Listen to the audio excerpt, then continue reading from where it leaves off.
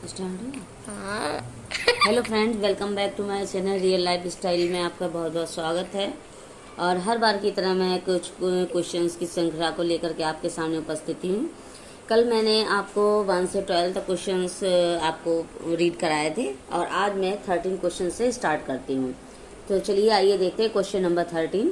बाल्यावस्था को मिथ्या परिपक्वता किसने कहा? बाल्यावस्था को मिथ्या परिपक्वता किसने कहा? ए है ऑप्शन ए स्ट्रैग ने, बी वाटसन ने, सी रॉस ने और डी है कोल व ब्रूम ने। ठीक है, मिथ्या परिपक्वता। दोस्तों ये क्वेश्चन आप अक्सर आप इसको देखेंगे कि ये पेपर में देखने को मिलता है। ठीक है, तो इसका राइट आंसर हो जाएगा सी रॉस ने। फिर क्वेश्चन नंबर 14, सीखने की वह अवधि जब सीखने की प्रक्रिया में कोई उन्नति नहीं होती। सीखने की वह अवधि जब सीखने की प्रक्रिया में कोई उन्नति मतलब कोई विकास नहीं होता है तो कहलाती है, क्या कहलाती है? सीखने का चक्र, स्मृति, सीखने का पठार और डी है अवधान। तो इसका राइट आंसर हो जाएगा सीखने का पठार। ठीक, तो उसको कहते हैं सीखने का पठार कहते हैं जब कोई हम सीखने की कोशिश करते हैं और सीख नहीं पाते हैं। फिर आते हैं नेक्स्ट क्वेश्चन पे। सृजनात्मकता मौलिक परिणामों को अभिव्यक्त करने की मानसिक प्रक्रिया है। सृजनात्मकता मतलब निर्माण, मौलिक परिणामों को अभिव्यक्त करने की मानसिक प्रक्रिया है या कथन किसका है? ऑप्शन है कोल एवं ब्रूस का, बी है ड्रेवहल का, सी है डिहान का और डी है क्रो एवं क्रो का। तो इसका राइट आंसर हो जाएगा ऑप्शन नंबर डी, क्रो एवं क्रो का। ठीक है, फिर नेक्स्ट क्वेश्चन है विद्रोह की भावना की प्रवृत्ति निम्न में से किस अवस्था से संबंधित है? ऑप्शन ए बाल्यावस्था, बी शैशवावस्था, सी पूर्व किशोरावस्था और डी है मध्य किशोरावस्था। इसका राइट आंसर हो जाएगा पूर्व किशोरावस्था। ठीक है, तो दोस्तों इसका राइट आंसर है पूर्व किशोरावस्था। अब पूर्व किशोरावस्था मध्य किशोरावस्था में जरा डिफरेंस देख लीजिए। पूर्व किशोरावस्था जब हम शैशवावस्था पहले स्टार्ट होती, फिर बाल्यावस्था स्टार्ट होती, फिर आती है पूर्व किशोरावस्था। पूर्व मतलब जैसे ही बाल्यावस्था का उत्तरार्ध मतलब उसका खत्म होना और किशोरावस्था का लगना, ठीक है, उसको कहते हैं पूर्व किशोरावस्था। मध्य किशोरावस्था वो होती है जब हम बिल्कुल ही मध्य में बिल्कुल एज में पहुंच जाते हैं, उस एज में। तो ये जो विद्रोह की भावना ये होती है ये पूर्व में ही ज़्यादा दिखाई देती है, क्योंकि बच्चों में परिवर्तन जब शारीरिक और मतलब परिवर्तन आते हैं तो उनके मानसिक विकास पे भी काफ़ी फर्क पड़ जाता है। ठीक है, वो जरा जरा सी बात पर अपने से बड़ों से विद्रोह की भावना की प्रवृत्ति उनके अंदर बढ़ जाती है। जरा जरा सी बातों में बहस करने लगेंगे, ऐसा लगेगा जैसे वे कुछ ज़्यादा ही बड़े हो गए हैं। ठीक है, भले ही वो गलत हो लेकिन वो बहस जरूर करेंगे। ठीक है, नेक्स्ट क्वेश्चन पे आते हैं। लेकिन दोस्तों ये बहुत ही 16 वाला क्वेश्चन बहुत ही बार पूछा जा चुका है।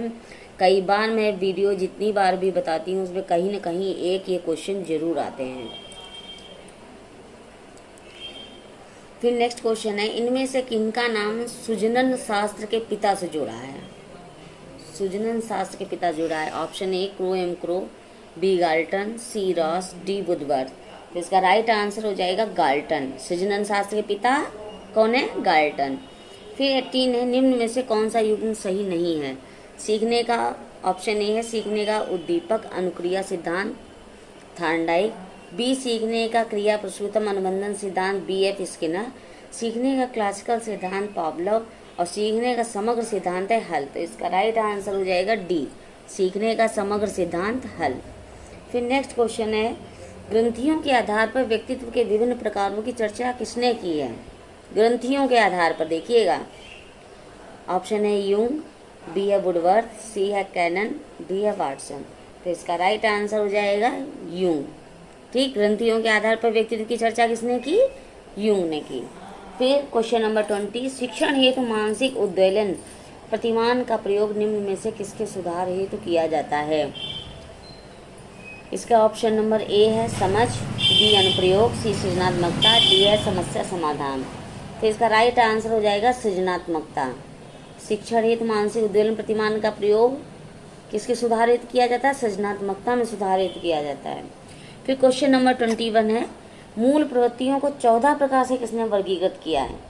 Option A Drever, B McDougall, C Thorndike, D है वुडवर्थ। तो ऑप्शन नंबर बी इसका राइट आंसर, मैकडूगल। मूल प्रवृत्तियों को 14 प्रकार से किसने वर्गीकृत किया? मैकडूगल ने। ये आपका इम्पॉर्टेंट क्वेश्चन है दोस्तों, ध्यान दीजिएगा इस पे। फिर नेक्स्ट क्वेश्चन है, किसी दूसरी वस्तु की अपेक्षा एक वस्तु पर चेतना का केंद्रीकरण अवधान है या कथन है? ऑप्शन है डम्बिल का, बी है रॉस का, सी है मन का, डी है मैकडूगल का। इसका राइट आंसर हो जाएगा डम्बिल का। ठीक है। फिर नेक्स्ट क्वेश्चन है, मानव जाति में वंश सूत्रों के कुल कितने युग्म होते हैं? ऑप्शन ए 22, बी है 23, सी है 24 और डी है 46, मतलब 46। तो इसका राइट आंसर हो जाएगा बी 23। फिर ऑप्शन नेक्स्ट क्वेश्चन है, अधिगम के 3 प्रमुख नियमों का प्रतिपादन किया था। अधिगम के 3 प्रमुख नियमों का प्रतिपादन किसने किया था? ए पावलोव, बी स्किनर, सी थार्नडाइक, डी है कोहलर। तो इसका राइट आंसर हो जाएगा सी थार्नडाइक। फिर नेक्स्ट क्वेश्चन है, अंतर्मुखी व्यक्तित्व एवं बहिर्मुखी व्यक्तित्व का वर्गीकरण किसने किया है? ऑप्शन ए है फ्रायड, बी यूंग, सी मन, डी है आलपोर्ट। तो इसका राइट आंसर हो जाएगा यूंग। ठीक, अंतर्मुखी व्यक्तित्व एवं बहिर्मुखी व्यक्तित्व का वर्गीकरण।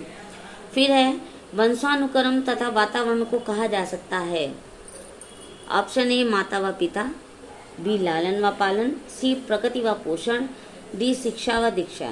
तो इसका राइट आंसर हो जाएगा सी प्रकृति व पोषण। वंशानुक्रम तथा वातावरण को प्रकृति व पोषण कहा जा सकता है। ठीक है। फिर क्वेश्चन नंबर 27 देखिए, बाल्यावस्था की अवधि है। ऑप्शन ए 0 से 5 वर्ष, 6 से 12 वर्ष, फिर है 13 से 18 वर्ष, डी है उपयुक्त सभी। तो इसका राइट आंसर हो जाएगा बी 6 से 12 वर्ष। ये बाल्यावस्था की अवधि है। ठीक है। अब आगे 2-4। ठीक है। अब क्वेश्चन नंबर 28, वह मापनी जिसमें अंतराल मापनी के समस्त गुण के साथ परम शून्य भी हो कहलाती है। क्या कहलाती है देख लेते हैं।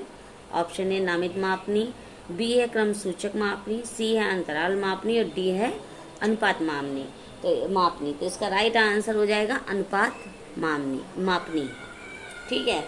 29 क्वेश्चन है, फ्रायड के अनुसार, ऑप्शन ए फ्रायड के अनुसार क्या है ये देखिए, ग्रहण किए या सीखे हुए तथ्य को धारण करने या पुनः स्मरण करने की असफलता को विस्मरण कहते हैं। फिर बी है, विस्मरण का अर्थ है किसी समय प्रयत्न पर किसी पूर्व अनुभव का स्मरण करने या पहले की सीखी हुई किसी क्रिया को करने की असफलता।